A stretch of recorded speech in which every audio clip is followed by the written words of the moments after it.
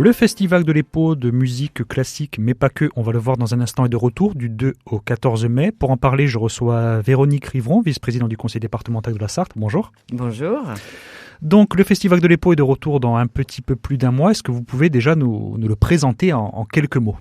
Écoutez, c'est la 39e édition et c'est un moment important pour un rendez-vous autour de la musique classique, mais pas que, comme vous l'avez dit. C'est important de le souligner. C'est important parce qu'on veut justement que tous les publics se retrouvent dans ce moment musical. Alors, ce programme a été concocté par Marianne Gossia, qui l'a présenté. Et donc, on a une nouveauté cette année. On a un compositeur qui est invité, qui s'appelle Benoît Menut, qui sera à la fois dans un concert où il va diriger, et puis une création qui va le faire avec l'Orchestre départemental d'harmonie, le Conservatoire du Mans au niveau du chant, et puis la chorale aussi de la vallée de Lebray et de Lagny.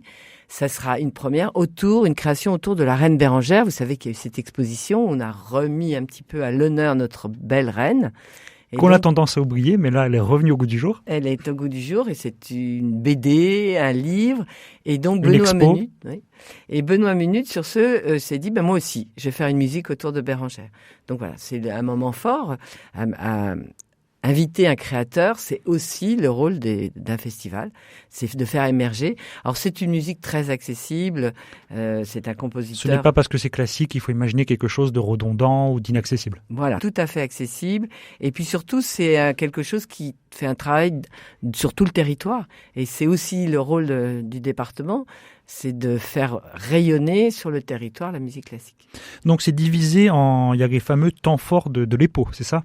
Oui, alors on a toujours un peu cette organisation avec des temps forts de l'EPO où vous êtes accueillis par des jeunes élèves des conservatoires. Vous savez qu'on a le schéma départemental des enseignements artistiques et on a donc tout autour du département de l'enseignement et donc des jeunes vont pouvoir se produire. Ensuite, il y a, je dirais, plutôt une vedette, quelqu'un qui va vous faire... une tête d'affiche, on peut dire. Une tête d'affiche, voilà, exactement, une Disons-le. tête d'affiche. Et puis le soir, il y a un moment d'after, là où on a une musique qui est plus...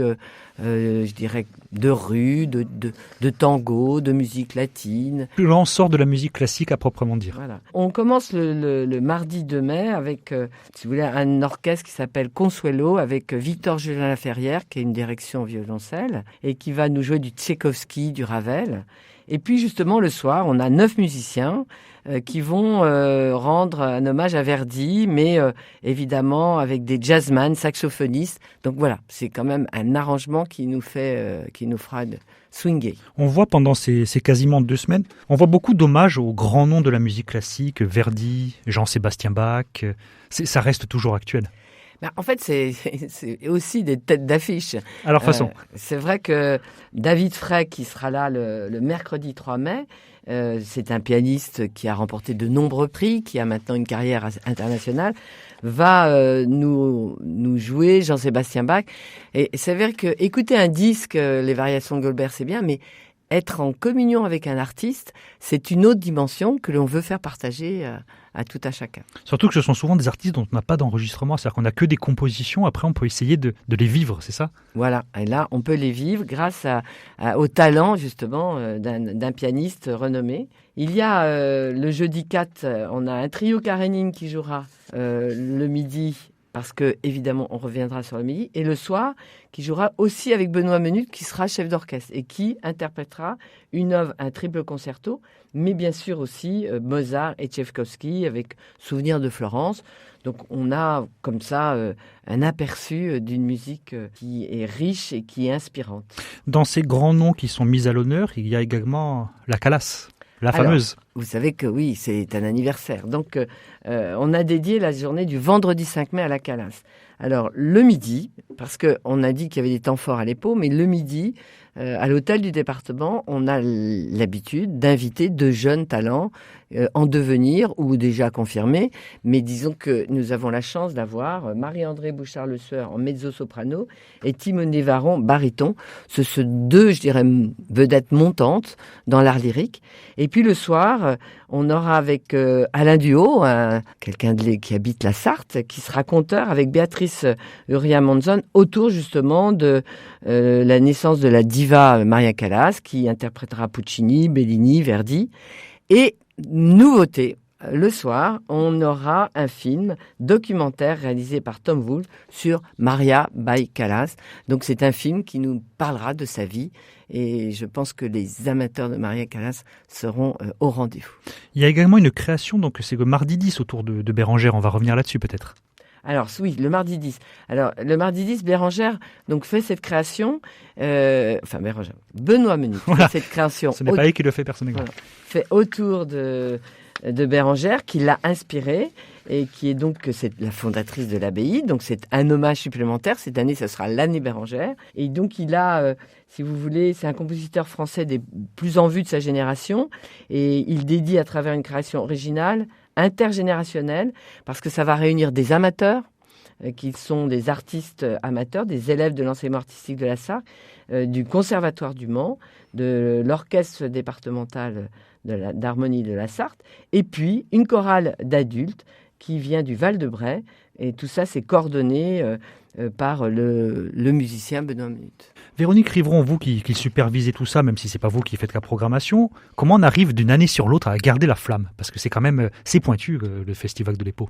C'est pointu, mais vous savez, c'est... Au bon sens du terme. Oui, on s'aperçoit quand même que l'année dernière, on a eu vraiment un public fidèle qui était là et un renouveau avec des jeunes.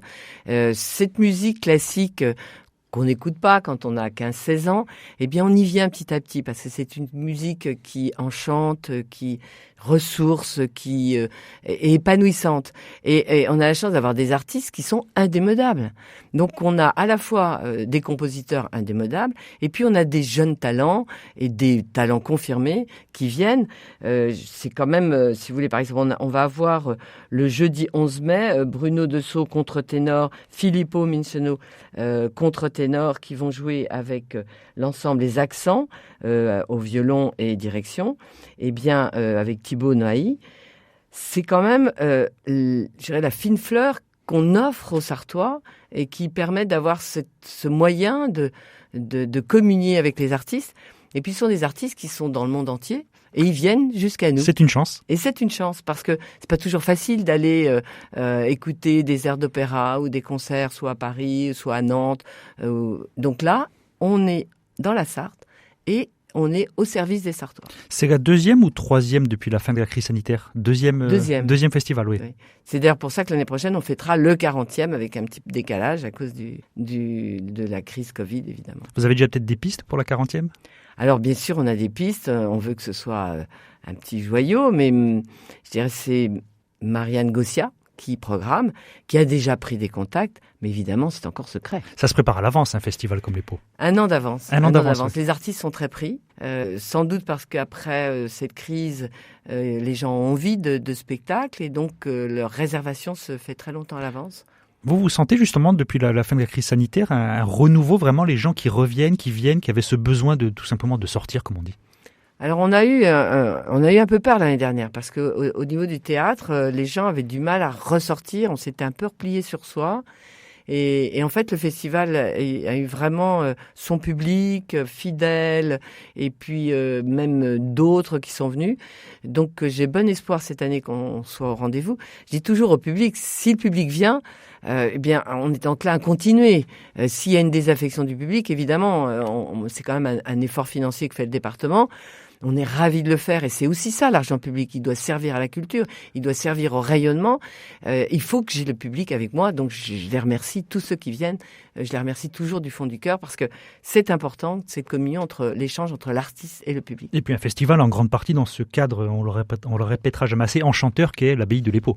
Alors, l'abbaye de l'Épau, il ne faut pas oublier les concerts du midi. C'est ça, au département, à l'hôtel du département. À l'hôtel du département, dans la salle Caillot, qui est une salle de réunion, avec un très très bon acoustique. Pour ceux et celles qui sont intéressés, où c'est qu'on peut prendre des billets, avoir toutes les informations pratiques, le programme? Alors, le programme, eh bien, il est en ligne sur l'abbaye-epo.sarthe.fr. On peut réserver ses billets par téléphone, mais on peut aussi aller à l'Épau. Alors, à l'Épau du mercredi au dimanche, par internet epo.sarthe.fr ou par téléphone. Donc, vous voyez, on a les trois possibilités. Et même les concerts gratuits il faut réserver parce que c'est un nombre de places limité. Le concert de Benoît Menut le dimanche qui est gratuit, je pense qu'effectivement il va falloir réserver parce que à la fois c'est une création, mais vous savez que tous les chanteurs amateurs ont leur famille et qu'on aura une grande demande, donc il va falloir s'organiser effectivement pour ce concert. Et ça se passe donc du 2 au 14 mai. Merci Véronique Rivran. Merci à vous et puis bonne semaine.